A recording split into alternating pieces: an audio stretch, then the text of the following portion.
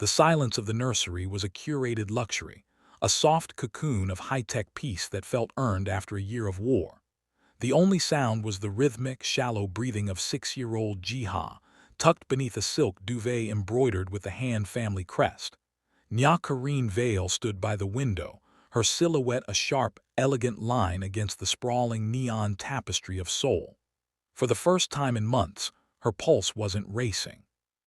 She watched the blue glow of the starlight projector rotate across the ceiling, casting constellations over the boy's sleeping face. In this room, she wasn't the queen of the Seven Stars Circle or the hacker who had dismantled empires. She was a woman guarding a miracle. Behind her, the nursery door hissed open. Dae-Ryul entered, his heavy footsteps softened by the plush carpet. He didn't speak, but his presence was a warm weight at her back. He wrapped an arm around her waist, his chin resting on her shoulder as they both stared at the boy who had become the center of their gravity. "He looks like you when he sleeps," Nyah whispered, leaning into his strength. "Peaceful, but like he's calculating his next move." Dae-Ryul's chest rumbled with a low, rare chuckle. "Then he's definitely yours, Nyah. I never knew peace until I met you." The moment was perfect, and in their world, perfection was the first sign of a trap. The shift happened in a heartbeat. The soft blue starlight projector suddenly flickered, the tranquil constellations snapping into a harsh, jagged crimson. The nursery's smart glass windows, which usually displayed the city lights, instantly frosted over, turning opaque and etching a single word across the surface in glowing red letters: liquidate. Nyah's maternal warmth vanished, replaced by the cold, binary precision of a predator. She reached for the tablet docked on the wall, but the screen hissed with static before displaying a mocking digital avatar, a faceless figure draped in an obsidian shroud. "Dae-Ryul," she snapped, her voice dropping into a lethal register. "The internal firewall is down. Someone is bypass coding from inside the penthouse." Dae-Ryul was already moving, his hand sweeping Jiha from the bed in one fluid motion. The boy woke with a startled gasp, but Dae-Ryul's voice was a calm, iron command. "Eyes on me, Jiha. Stay quiet. It's just a game." "It's not a game," Nyah said, her fingers dancing over her holographic wristcom as it struggled to find a signal. "The Obsidian Syndicate. They aren't just hacking the lights. They've hijacked the oxygen scrubbers and the security locks. We're being sealed in." As if on cue, the heavy reinforced door of the nursery slammed shut with a hydraulic thud that vibrated through the floorboards. The lights cut out completely, plunging them into a suffocating darkness, save for the blood-red glow of the windows. On every digital surface in the room, the baby monitor, the tablet, even the smartwatch on Dae-Ryul's wrist, a countdown timer appeared, ticking down from 60 seconds. The silence of the nursery was gone, replaced by the high-pitched whine of a digital terminal being overloaded. They had built a fortress to keep the world out, but as Nyah looked into the red-tinged shadows, she realized their enemies had found a way to turn their own sanctuary into a tomb. The trap hadn't been set in the streets. It was already in the room with them. Welcome back. Before we begin, please hit that like button and comment with your city so I can see how far this story travels. Now, let's dive in. The countdown on the nursery walls wasn't a bomb, but it was just as lethal. As the digits bled from red to a haunting violet, Nyah Corinne Vale shoved aside the fear that threatened to cloud her judgment. She didn't need a gun to fight back. She needed her mind. "Dae-Ryul, get him to the safe room behind the vanity," she commanded, her voice cutting through the mechanical whine of the room's dying systems. She dropped to the floor, pulling a concealed, ultra-thin deck from beneath the floorboards, a hardware bypass she had installed for a day she hoped would never come. As her fingers blurred across the holographic interface, she didn't see numbers. She saw the architecture of an execution. The nursery door remained sealed, but she had carved a narrow tunnel through the penthouse's internal network. "I've regained local control of the oxygen," she exhaled, the hiss of the scrubbers returning to a steady hum. But as she dived deeper into the mainframe, her blood turned to ice. This wasn't a standard ransomware attack or a rival gang's crude attempt at sabotage. This was beautiful. It was a masterpiece of malicious code that was currently weaving itself through the Seven Stars Circle's global financial arteries. "What is it?" Dae-Ryul asked, his shadow looming over her as he emerged from the hidden compartment, having secured Nyah. He looked at the screen, where lines of black code were devouring the syndicate's gold standard encryption. "It's the Obsidian Protocol," Nyah whispered, her eyes reflecting the scrolling darkness. "It's a kinetic virus. It's not just stealing our money, Dae-Ryul, it's unraveling it. It's designed to hit our liquid assets, the payroll for the foot soldiers, the kickbacks for the politicians, the maintenance for the ships, and liquidate everything into untraceable ghost accounts within 48 hours." She tapped a key, and a global map bloomed in front of them. Shimmering nodes representing their holdings in Macau, Singapore, and New York were blinking out like dying stars. The Obsidian Syndicate wasn't trying to kill them with a bullet. They were erasing their ability to exist. Without that capital, the Seven Stars Circle would become a corpse by the weekend, and their loyalists would turn into vultures before the sun set. "Can you stop it?" Dae-Ryul's hand settled on her shoulder, his grip tight enough to bruise. It wasn't an act of aggression, but a silent plea for the one thing he couldn't buy: more time. Nyah looked at the 47 minutes remaining on the first phase of the drain. "From here? No. The virus is anchored to a physical server. They've decentralized the heart of the attack. If I try to kill it remotely, it'll trigger a wipe protocol that'll leave us with nothing but zeros." She stood up, the liquid midnight silk of her gown now looking like armor in the dim light. The glitch in their gilded life had revealed the true scale of the war. They weren't just fighting for a throne anymore. They were fighting against a phantom that was eating their world from the inside out. "We have 48 hours to find the physical source of this code, or we won't just be heartbroken, Dae-Ryul. We'll be extinct." Dae-Ryul's eyes turned to flint. "Then we stop playing defense. If they want our world, we'll make sure there's nothing left for them to inherit but the fire." The morning sun had barely begun to burn through the Seoul fog when the theoretical threat of the Obsidian Protocol became a visceral nightmare. Nyah sat in the back of the armored SUV, her fingers flying across a localized terminal, while Kim, Dae-Ryul's most trusted shadow, navigated the heavy traffic toward Nyah's international school. Dae-Ryul was already at the syndicate's central hub, holding the line against the board of directors, leaving Nyah to secure the heart of their family. "ETA 3 minutes, Kim grunted, his eyes fixed on the rearview mirror. "Something's wrong, Nyah.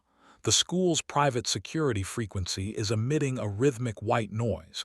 It's a localized jam." Nyah's heart hammered against her ribs.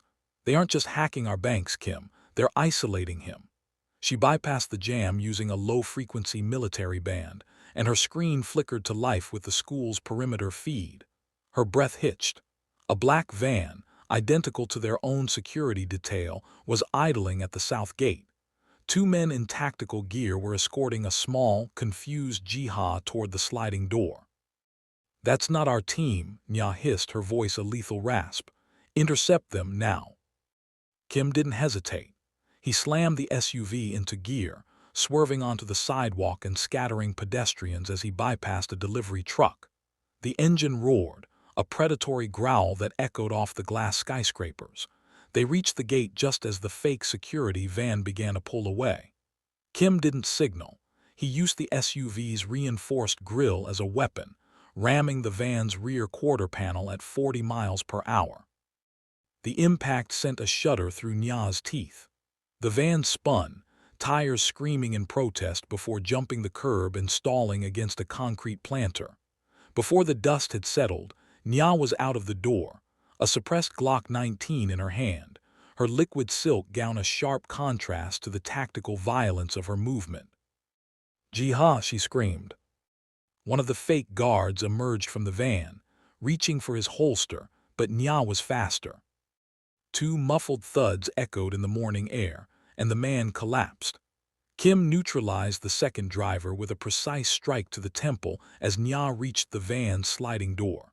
She tore it open to find Jiha huddled on the floor, his eyes wide with terror. "Mama," he cried, lunging into her arms. Nyah pulled him tight, her hand shielding the back of his head as she retreated toward their SUV. But the siege wasn't over. 3 more black sedans screeched around the corner, boxing them into the school's driveway. "Get in," Kim roared, drawing his own weapon to provide cover fire. Nyah threw herself into the back seat with Jiha, shielding his body with her own. "Kim, get us out of here. If they touch him, I'll burn this entire city to the ground." Kim floored it, the SUV jumping the curb as bullets sparked off the reinforced glass. The pursuit had moved from the shadows of the web to the asphalt of the real world. As they sped into the heart of Seoul's morning rush, Nyah felt the boy's trembling heart against her chest. The Obsidian Syndicate had made a fatal mistake. They had turned a financial war into a personal vendetta, and they were about to learn that a mother with nothing to lose was more dangerous than any virus ever written. The scent of expensive cigars and cold ambition filled the boardroom of the Seven Stars headquarters, but to Dae-Ryul, it smelled like rot. While Nyah was across the city, playing shield to their son, Dae-Ryul stood at the head of a mahogany table surrounded by the 12 regional directors of the syndicate. These were the men who had bowed to him when he took the throne, men who had sworn fealty in blood. Now, as the monitors displayed the hemorrhaging digital accounts Nyah had identified, their faces were masks of practiced concern. "The Obsidian Protocol is a ghost, Chairman," Director Park said, his voice smooth as silk. "If your wife cannot stop the drain, perhaps the council should take temporary control of the keys, for the safety of our investors." Dae-Ryul didn't blink. He stood perfectly still, his hands resting flat on the table. He could feel the shift in the room, the subtle weight of a coup in motion.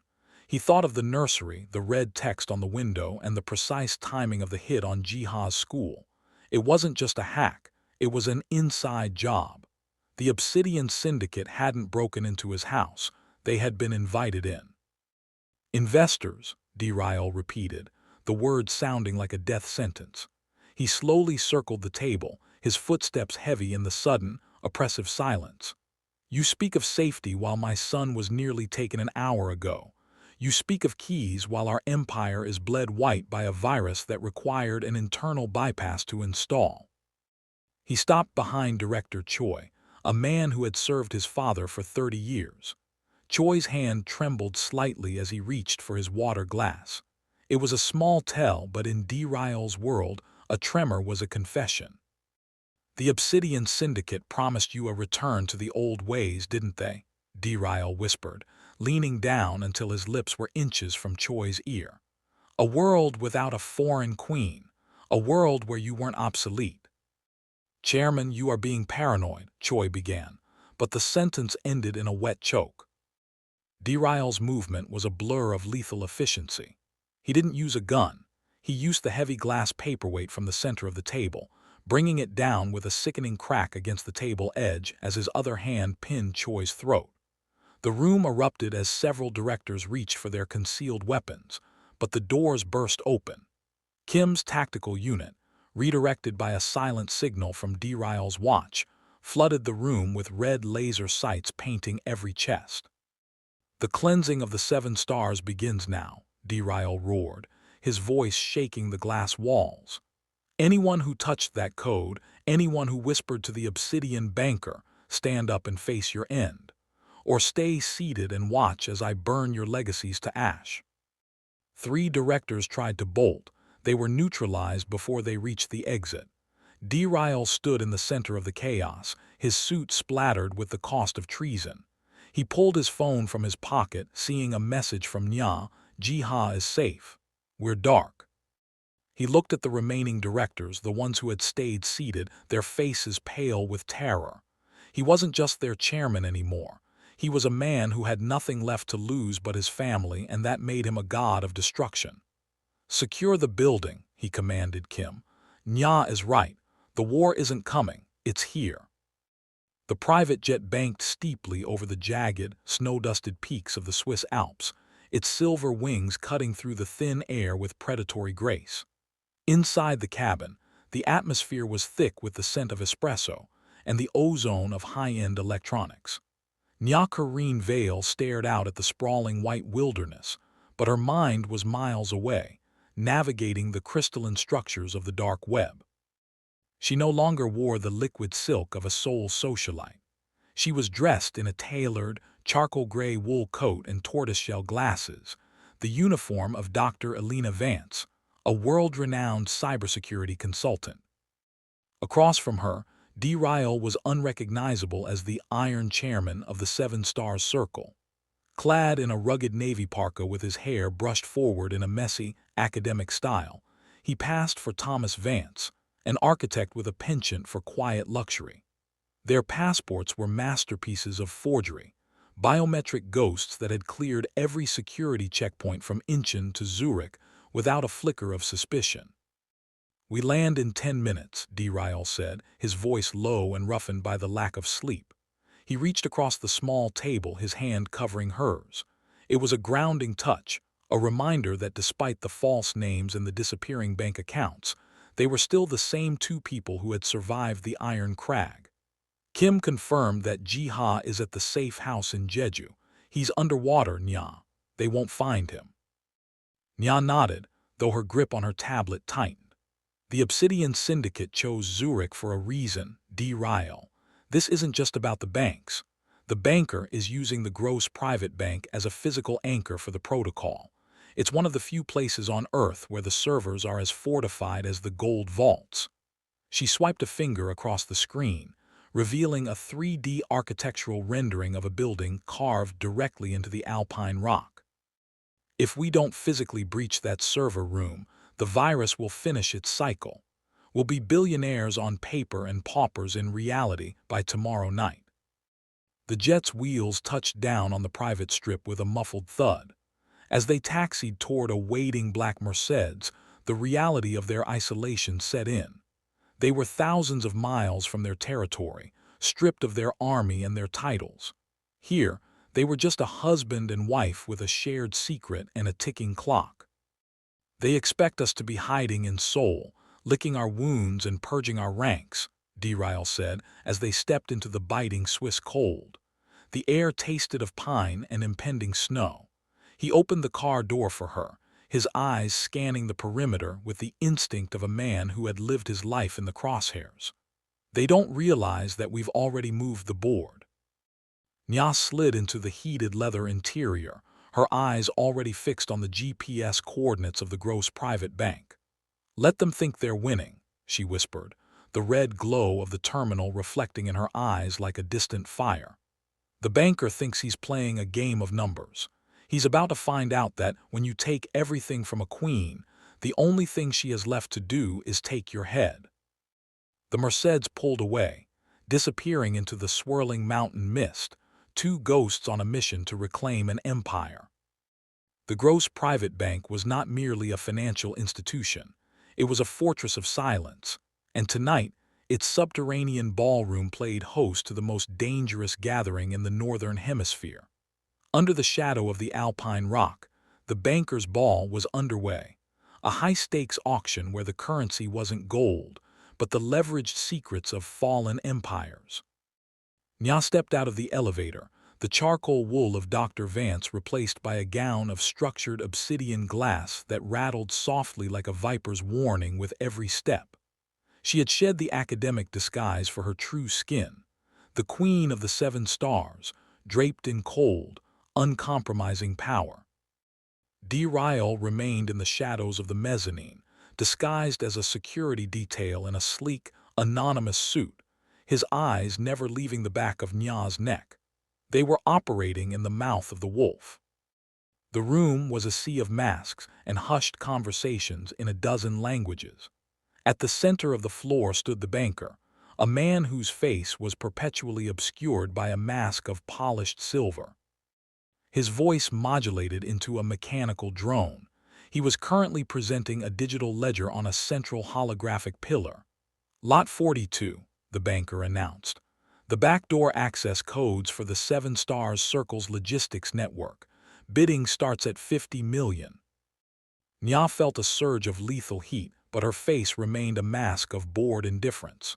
She glided through the crowd, a glass of vintage champagne in her hand, until she reached the front of the auction circle. She didn't bid. Instead, she tapped a hidden sequence on her ring, a high-frequency emitter designed to create a localized dead zone in the room's wireless encryption.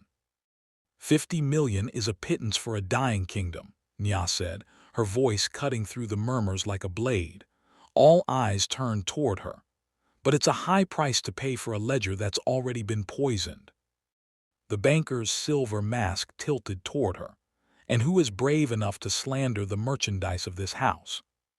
Someone who knows the source code, Nyah replied, stepping into the holographic light. The red glow of the pillars reflected in her eyes, making her look like a vengeful deity. The Obsidian Protocol isn't just a drain banker, it's a mirror. While you've been selling our secrets, I've been using your own back door to map every account in this room.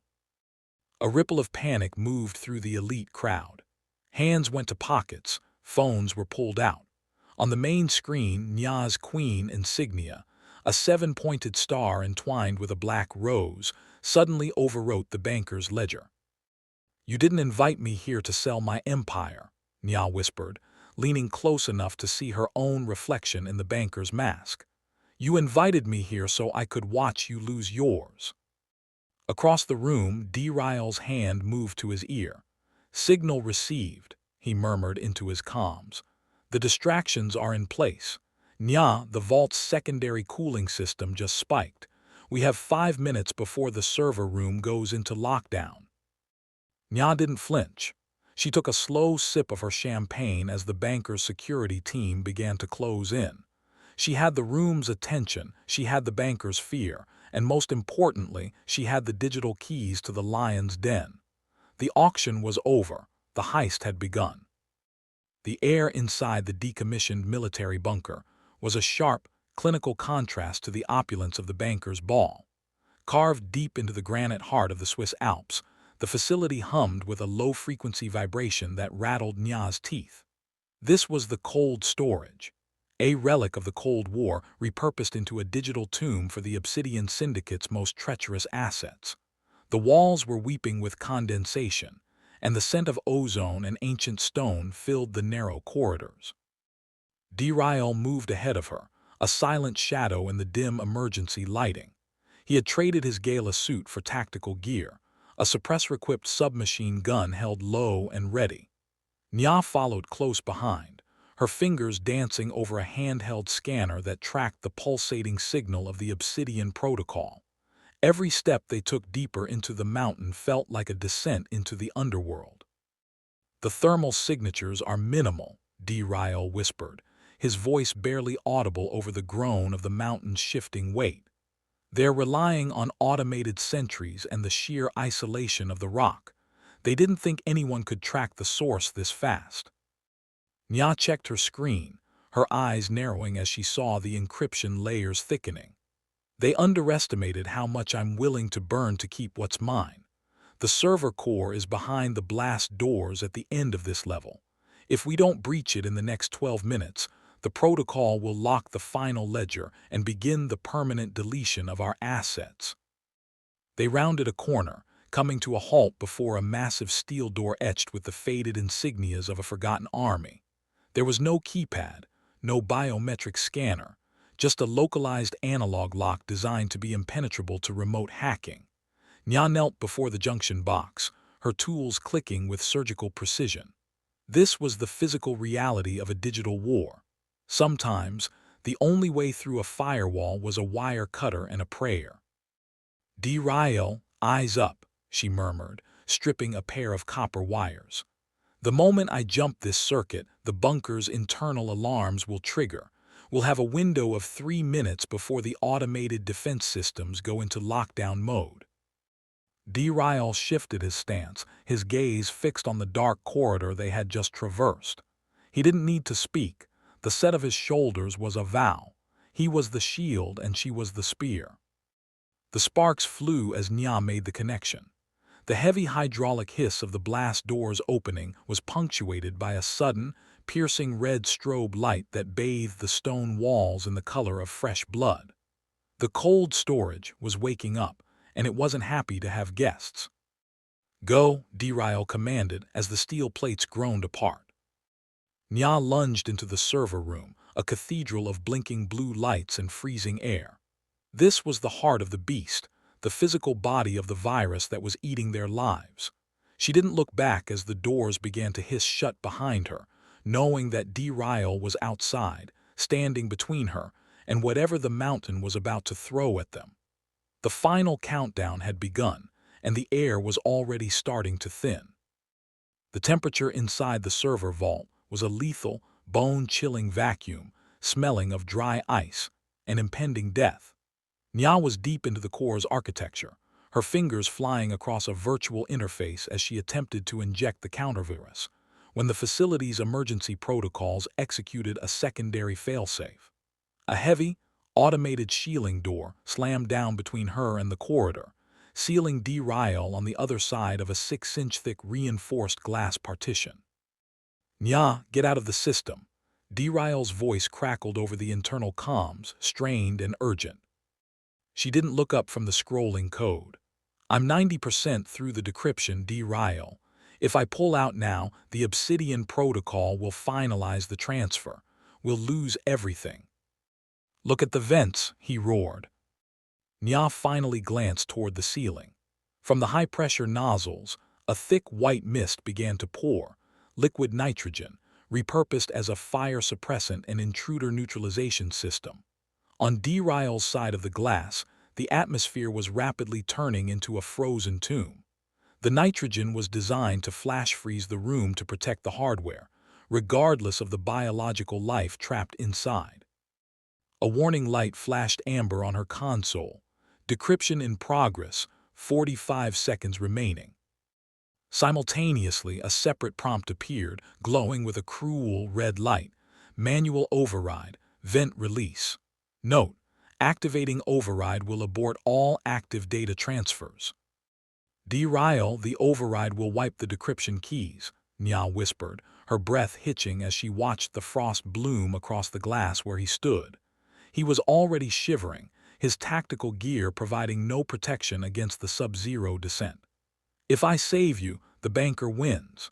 The 7 stars circle falls." Dae-Ryul pressed a gloved hand against the glass, his eyes meeting hers. Even through the thickening frost, his gaze was a steady, unwavering anchor. "The Empire is just stone and numbers, Nyah. It's not the life we built. Let it burn."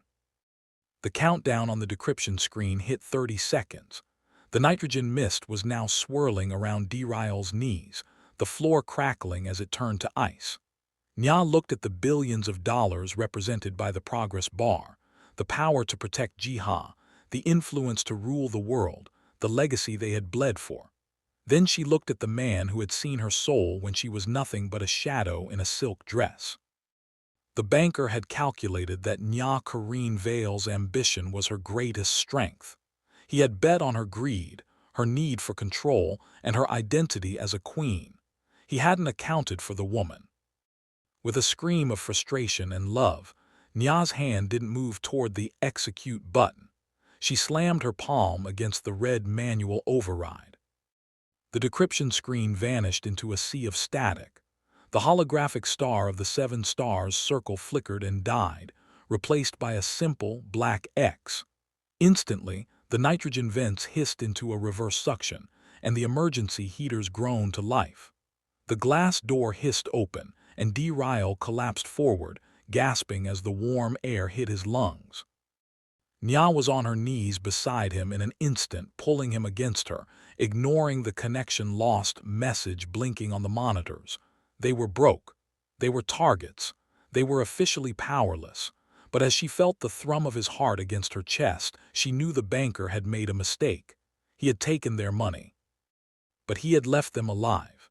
And he was about to find out that a queen with nothing left to lose was far more terrifying than one with a kingdom to protect. The heaters in the vault groaned, fighting back the residual frost that clung to the edges of the room. Dae-Ryul lay on the floor, his breath coming in ragged, shallow plumes of white as his body temperature began the slow, painful climb back from the brink of hypothermia. Nyah knelt over him for only a second longer, her hands lingering on his cold face before the sound of a distant, secondary alarm forced her back to the console. The banker hadn't just won the financial battle, he had left a scorched earth program running in the mainframe. The moment Nyah had triggered the manual override to save Dae-Ryul, the Obsidian Protocol had initiated a permanent encryption lock. The screen was a sea of black, save for a single mocking line of text: "The Queen is dead." "Not yet," Nyah whispered, her eyes narrowing until they were slivers of obsidian. She realized the only way to get back into the system wasn't through a back door or a brute force attack. Those were gone. She had to become the virus itself. She pulled a high-speed interface cable from the base of the terminal and plugged it into her private, encrypted wrist server.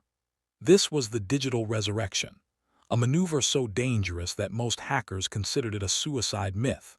To perform it, she had to burn her own digital identity, every credential, every ghost proxy, and every line of code that defined her as Nyah Corinne Vale in the digital world. She was going to feed herself to the Obsidian Protocol, creating a massive data feedback loop that would overload the banker's encryption from the inside out. "Nyah, don't," Dae-Ryul rasped, reaching out a trembling hand to catch her ankle. He knew the cost.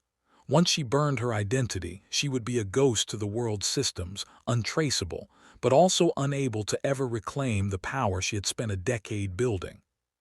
"I'm choosing us, Dae-Ryul," she said, her voice a calm, lethal melody. "He thinks he can buy my silence. I'm going to give him a scream that deletes his soul." She hit the execute command. On the monitors, the black screen exploded into a chaotic fracture of violet and white light. The Nyah profile, the logins for the 7 Stars accounts, her private servers, even her digital birth records, disintegrated into raw, unrefined data packets. The Obsidian Protocol, programmed to devour her information, opened its mouth wide. But Nyah had laced her data with a recursive logic bomb. As the banker's servers swallowed her identity, the feedback loop hit the vault like a physical shockwave. The lights in the bunker flickered and shattered. The servers roared, their fans spinning at impossible speeds until the smell of melting silicon filled the air. Then total silence. The red X on the screen flickered once and turned into a pulsing golden star. Nyah had done it. She had hacked the unhackable vault by sacrificing the only thing she had left, herself. The financial drain stopped. The Obsidian Syndicate's personal accounts were now the ones being bled white, their wealth redirected not to the 7 Stars, but into a million untraceable charity accounts across the globe. Nyah slumped against the terminal, her wrist server smoking. She was digitally dead, a woman without a name in a world of data. But as she looked at Dae-Ryul, who was finally standing, his color returning, she felt a different kind of power. The banker had wanted to see the queen fall. Instead, he had forced her to ascend into something much more terrifying, a phantom with a vendetta. While Nyah was a digital ghost in the frozen heart of the Alps, the physical world in Seoul was melting into a furnace of lead and iron. The penthouse, once a sanctuary of glass and starlight, had been transformed into a killing floor. Kim stood in the center of the darkened living room, his silhouette illuminated only by the rhythmic flash of the emergency strobes. He adjusted the grip on his tactical rifle, his ears tuned to the heavy, mechanical breathing of the 3 loyalist soldiers positioned at the reinforced entry points.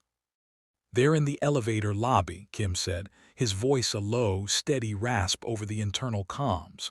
"Remember the chairman's orders. Nothing crosses that threshold. Not tonight." In the reinforced safe room behind the master vanity, 5-year-old Jiha sat on a pile of velvet cushions, clutching a small, stuffed tiger. He could hear the muffled thuds of flashbangs detonating in the hallway, a sound like distant thunder that shook the very foundation of the building. He didn't cry. He had been raised in the shadow of the seven stars, and he knew that silence was the only armor he truly possessed. The front doors didn't just open, they disintegrated under the force of a breaching charge. The Obsidian Syndicate's purge unit flooded the foyer, men in matte black armor, moving with the clinical precision of professional assassins. They weren't here for a negotiation, they were here to cauterize the Han bloodline. Kim opened fire before the smoke had even cleared. The living room erupted into a chaotic symphony of muzzle flashes and shattering crystal. A priceless Ming vase exploded into 1,000 ceramic shards as a stray round whistled past Kim's ear. He didn't flinch. He moved like a dancer through the debris, placing 2 rounds into the chest of the lead intruder before sliding behind the marble kitchen island for cover. Flank left.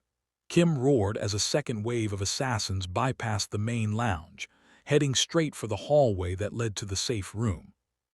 The Loyalist unit held the line with a ferocity born of desperation. They knew that if the boy fell, the future died. One soldier went down, blood blooming across his tactical vest, but he used his final strength to pull a grenade pin, taking 2 of the Obsidian attackers with him in a roar of fire and smoke. Kim was the last barrier. He discarded his empty rifle and drew his twin serrated blades as the final 3 assassins reached the safe room's reinforced door. The hallway was narrow, a bottleneck that favored the brave. Kim didn't wait for them to reach him. He became a whirlwind of steel and shadow, his movements fueled by the cold fire of loyalty. He was no longer just a bodyguard, he was the heir's shield. As the last assassin slumped against the wall, Kim stood over the threshold, his chest heaving, his blades dripping with the cost of the defense. The silence that followed was heavy, broken only by the hiss of the building's fire suppressors. He leaned his head against the cold steel of the safe room door and tapped a rhythmic code. Inside, Jiha heard the signal, 3 short taps, 1 long. The boy let out a breath he had been holding for what felt like an eternity. The shield had held. Seoul was still burning and the queen was still a ghost, but for now, the future of the 7 stars was still breathing. The silence following the digital collapse was absolute, a heavy, airless void that felt like the moment before a lightning strike. Nyah stood in the center of the server room, the blinking lights of the mainframe now casting a steady, golden hue over her features. She looked down at the banker, whose silver mask was cracked from the feedback loop, revealing a pair of eyes filled with a terror he had never intended to feel. He was slumped against a cooling rack, his hands trembling as he checked the secondary tablet strapped to his forearm. "What have you done?" he wheezed, the mechanical modulation of his voice box glitching into a pathetic human rasp. "The protocol, it was supposed to be absolute. You burned yourself. You should be nothing." Nyah stepped toward him, the sound of her heels on the metal grating echoing like a hammer on a coffin. She didn't look like a woman who had lost her identity. She looked like a woman who had finally stripped away the distractions to reveal the predator beneath. "I didn't burn myself to hide, banker," she said, her voice a low, lethal purr that made the air in the vault feel even colder. "I burned myself to get inside your house. While you were busy devouring my legacy, I was making myself at home in yours." She reached out, her fingers catching the edge of his silver mask and ripping it away. Beneath it was a man she recognized from the archives, a disgraced former executive of a rival conglomerate, a man who thought he could use logic to cage a fire. "You think you won because you took the 7 stars' liquid assets," Nyah continued, leaning in until her breath hitched against his skin. "But while I was a ghost in your system, I didn't just stop the drain. I followed the breadcrumbs back to your private equity, your offshore havens, and the trust funds for your children.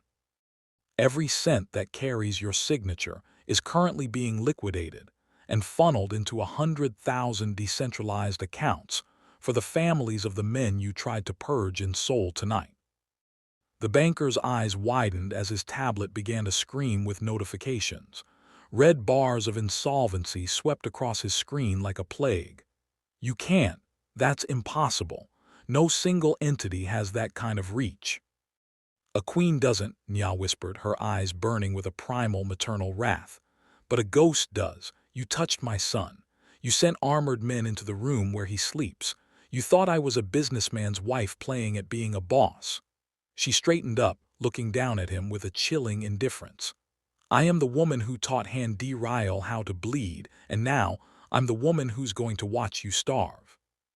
Dae-Ryul stepped up beside her, his hand resting on the small of her back. He didn't need to add a word. The banker looked up at them, the ghost and the Iron King, and realized that the Obsidian Syndicate hadn't just failed to take the throne.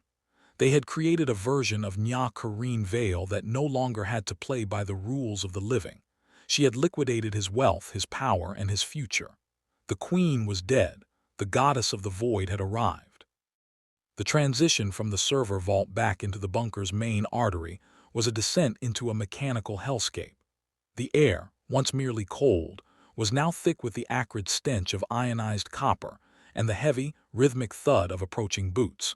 Nyah and Dae-Ryul moved as a single entity, a perfect fusion of iron will and digital silk. They didn't need to speak. The shared trauma of the nitrogen trap had forged their connection into something telepathic. They're coming from the North Access Tunnel, Nyah whispered, her voice a calm contrast to the chaos. She had her wrist server wired into a portable relay, her eyes covered by a specialized HUD that displayed the bunker's security grid as a shimmering, translucent overlay. 3 tactical teams. They've bypassed the primary lock. They aren't here to capture us anymore, Dae-Ryul. They're here to bury us in this mountain. Dae-Ryul adjusted his grip on the HK-416 he had scavenged from a fallen guard. His face was a mask of granite, his eyes reflecting the flickering emergency strobes. Then let them try to find their way home, he growled. The battle began on 2 fronts simultaneously. As the first team of Obsidian assassins rounded the corner, unleashing a hail of suppressed gunfire that sparked off the steel walls, Dae-Ryul stepped into the fray. He was a force of nature, his movements calculated and brutal. He used the environment as a weapon, ricocheting shots off the curved ceiling to flush out the vanguard. Each squeeze of his trigger was a punctuated vow to protect the woman behind him. Behind him, Nyah was fighting a silent war. Her fingers danced through the air, manipulating holographic windows that only she could see. The banker's dying systems were throwing up massive ice walls, aggressive firewalls designed to fry the hardware of anyone attempting to hijack the bunker's internal defenses. I'm hitting the logic gate, Nyah hissed, her brow furrowed as she dodged a digital spike that would have bricked her server. Dae-Ryul, I need 5 seconds of clear air. Dae-Ryul didn't hesitate. He surged forward, abandoning his cover to draw the fire of the remaining 2 teams.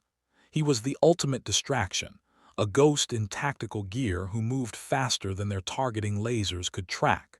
He took a grazing hit to the shoulder, but he didn't slow down, slamming a fresh magazine into his rifle and clearing the hallway with a precision that bordered on the supernatural. Now he roared. Nyah executed the command. With a final, violent swipe of her hand, she shattered the obsidian firewall. The bunker's automated defense turrets, massive, ceiling-mounted cannons, suddenly swiveled. Their targeting lasers turned from red to blue as she rewrote their friend or foe protocols. The sound of the turrets engaging was a thunderous roar that drowned out the screams of the assassins. The Obsidian teams were caught in a crossfire of their own making. Within seconds, the hallway was a graveyard of smoke and shattered armor. Dae-Ryul slumped against the wall, his chest heaving, his blood staining the gray floor. Nyah was at his side in an instant, her hand coming up to cup his jaw. They stood amidst the wreckage, the Iron King and his digital queen, having proven once and for all that the 7 stars didn't need an army to rule. They only needed each other. The way is clear, Nyah whispered, her eyes glowing with the residue of the hack. Let's go home and get our son. The mountain hummed around them, a dying beast of stone and circuitry, but inside the server core, Nyah Corinne Vale was breathing life into a new world order. Her fingers didn't just move, they blurred, a phantom conductor leading an orchestra of collapsing algorithms. The feedback loop she had created was no longer a defensive measure. It was an apex predator. By burning her digital identity, she had bypassed the traditional walls of the global underworld, entering a space where names didn't matter, only the weight of the code did.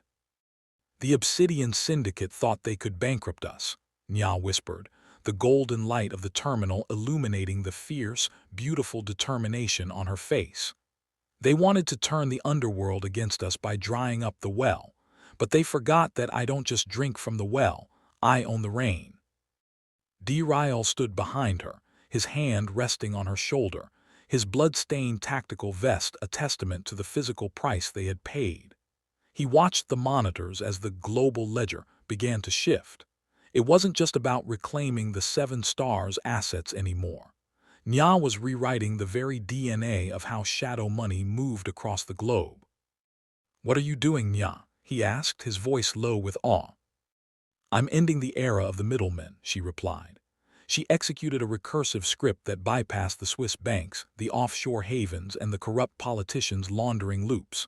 In their place, she established a centralized, encrypted protocol, the Star Ledger. From this moment on, every major transaction in the global criminal economy, from the docks of Marseille to the high-rises of Macau, would have to pass through a Seven Stars gateway. She wasn't just stopping the fire, she was becoming the furnace. By redirecting the Obsidian Syndicate's stolen billions into a permanent liquidity pool controlled by her private keys, she had effectively made the Seven Stars circle the central bank of the shadows. Rivals would no longer fight them for territory, they would beg them for credit. "They'll call it a monopoly," Dae-Ryul noted, a dark, proud smile tugging at the corner of his mouth. "Let them," Nyah said, hitting the final confirm key. The screen flickered a triumphant violet. "You can't rebel against the person who controls your heartbeat. The Obsidian banker wanted a world without us. I've given him a world where he and everyone like him is obsolete." The data surge stabilized. Across the globe, burner phones and encrypted terminals in the pockets of kingpins and mercenaries hummed simultaneously, signaling the arrival of the new protocol. The hierarchy of the underworld had been flattened in a single night. Nyah leaned back, the exhaustion finally hitting her, but her eyes remained bright. She was no longer a woman with a divorce paper or a queen with a fragile crown. She was the architect of a new era. She looked at Dae-Ryul, seeing the reflection of the new world in his dark eyes. They had entered the mountain as targets. They were leaving as the undisputed masters of the digital and physical realms. The global ledger had shifted, and the balance of power now rested entirely in the palm of a woman who had dared to burn her own name to save her family. The charred scent of the Seoul boardroom had been replaced by something far more clinical, the smell of ozone and absolute certainty. As the sun began to rise over the Han River, casting long, bruised shadows across the city, the remaining 5 elders of the Seven Stars Circle sat in a semicircle of obsidian chairs. They were the survivors, the ones who hadn't participated in the Obsidian coup, but whose loyalty was still brittle, held together only by fear and the habit of power. The doors didn't open, they simply dematerialized as Nyah deactivated the electronic locks. She walked in first, her presence a silent detonation. She no longer wore the armor of a soldier or the silk of a socialite. She wore a suit of structured matte black weave that seemed to absorb the morning light, her eyes steady and devoid of the ghost flicker that had defined her in the mountain. Behind her, Dae-Ryul followed, his hand resting on the hilt of his blade, his face a mask of iron. "You speak of tradition," Nyah said, her voice cutting through the thick silence before she even reached the head of the table. She didn't sit, she stood, leaning over the mahogany surface, her hands flat against the wood. "You speak of bloodlines and the way things have always been done, but while you were clinging to the past, the world was rewritten." She tapped her wristcom, and the central holographic projector flared to life. It didn't show territory maps or drug routes. It showed a pulsing, interconnected web of light that spanned the globe, the Star Ledger. The Obsidian Syndicate is gone, Dae-Ryul announced, his voice a low rumble that vibrated in the elders' chests. Not because we killed their men, though we did. They are gone because they are no longer solvent. Their wealth, and the wealth of every rival who dared to whisper against us, is now the foundation of our new treasury. Nyah swiped her hand through the air, and the holographic web tightened into a single, glowing Star Andros insignia. From this hour, the Seven Stars Circle is no longer just a syndicate. We are the bank. We are the ledger. We are the protocol. If a bullet is fired in this underworld, it will be bought with our credit. If a ship moves, it will be tracked by our ghosts. The elders looked at the data, the sheer scale of the digital dynasty, silencing even the most traditionalist among them. They realized that Nyah wasn't just a consort or a tech expert. She had become the architect of their immortality. "This is the coronation of fire," Nyah whispered, her eyes meeting each elder's in turn, demanding a soul-deep recognition of the new order. "The old world died in a bunker in the Alps. This is the new one. You can serve the dynasty, or you can become a footnote in a deleted file." One by one, the elders bowed their heads, not out of love but out of the realization that Corinne Vale had moved the world beneath their feet. The king and queen stood side by side, their coronation complete.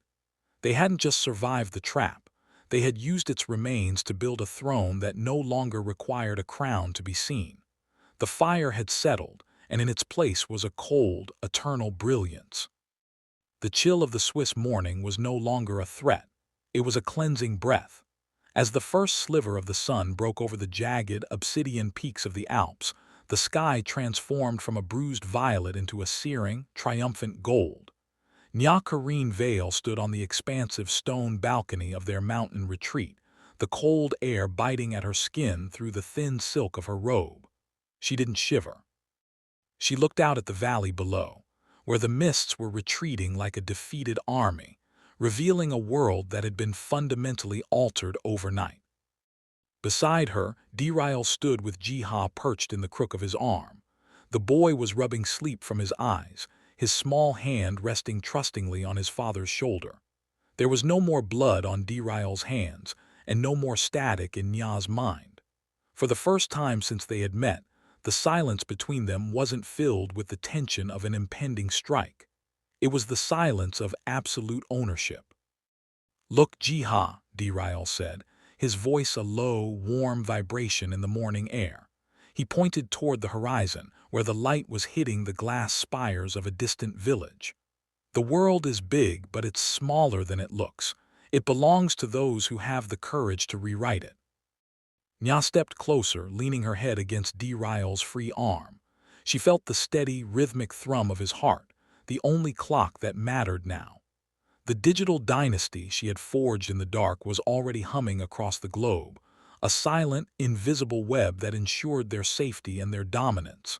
They had survived the divorce, the betrayal of the past, and the liquidation of their enemies. They hadn't just secured their place at the table. They had built a new table entirely, one where the rules were written in her code and enforced by his iron will. "They used to call us a tragedy," Nyah whispered, her eyes reflecting the growing fire of the sun. "A black woman and a Korean king, bound by a contract of survival. They thought we were a glitch in their system." Dae-Ryul turned, his dark eyes meeting hers with an intensity that burned hotter than the alpine sunrise. He shifted Nyah so he could wrap his arm around Nyah's waist, pulling his family into a single, unbreakable circle. "You didn't just fix the glitch, Nyah. You became the architect. We aren't a tragedy anymore. We are a legacy." Nyah looked between them, a small, knowing smile playing on his lips as he saw the way his parents looked at each other, with a love that had been forged in a furnace and tempered in ice. As the sun fully cleared the peaks, bathing the balcony in a blinding, beautiful light, the king and queen of the Seven Stars stood together in the quiet. They didn't need to look back at the ghosts of the mountain or the ruins of the Obsidian Syndicate. The world below was finally theirs, not just because they had the power to take it, but because they had the vision to design it. The war was over, And as the new day began, the dynasty was no longer a dream. It was the only reality that remained. I hope you enjoyed this journey with Nyah and Dae-Ryul. Please like and subscribe to see more stories like this. See you in my next video.